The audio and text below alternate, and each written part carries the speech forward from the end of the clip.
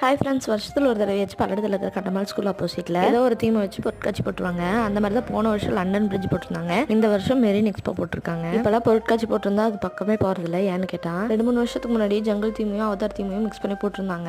அதுக்கு போய் ஏன்டா போனோம் அப்படிங்கிற மாதிரி ஆயிடுச்சு. என்ட்ரி ஃபீஸும் அதிகம், உள்ள போய் ஆசைப்பட்ட திங்ஸும் வாங்க முடியாது, விருப்பப்பட்ட ஃபுட்டும் சாப்பிட முடியாது, எல்லாமே எக்ஸ்பென்சிவாக இருக்கும். அதனாலேயே பொருட்காட்சிக்கு போகிறதே ஸ்டாப் பண்ணிட்டோம். இவ்வளவு சொல்லிட்டு இன்னைக்கு எதுக்குமே போயிருக்கு அப்படின்னு சொல்லி நீங்கள் கேட்குறது எனக்கு புரியுது. வெயிட் பண்ணுங்க, அதுக்கு ஒரு ரீசன் இருக்குது, சொல்கிற கேளுங்க. அன்னைக்கு சாயங்காலம் சிவனே என் பட வீட்டில் சாப்பாட்டு வேலையை பார்த்துட்டு இருந்தேன். திடீர்னு ஒரு ஃபோன் காலே என் ஃப்ரெண்டு கிட்ட இருந்து, மெரின் எக்ஸ்போக்கு ஃப்ரீ டோக்கன் இருக்கு வரியான்னு கேட்டா விடுவோமா? நம்ம உடனே மூட்டை முடிச்ச கட்டிட்டு கிளம்பிட்டோம். உருட்டுறதுலேயே ஒரு நியாயம் வேண்டாமான்னு சொல்லி யோசிக்கிறவங்க மைண்ட் வைஸ் எனக்கு கேட்குது. எக்ஸ்போ போட்டு 1 வீக் தான் ஆச்சு. ஃப்ரெண்டோட அண்ணா ஏதோ திங்ஸ் இருக்கிறதுக்காக போயிருக்காங்க. அவங்களுக்காக 4 டோக்கன் ஃப்ரீயாக கொடுத்துருக்காங்க.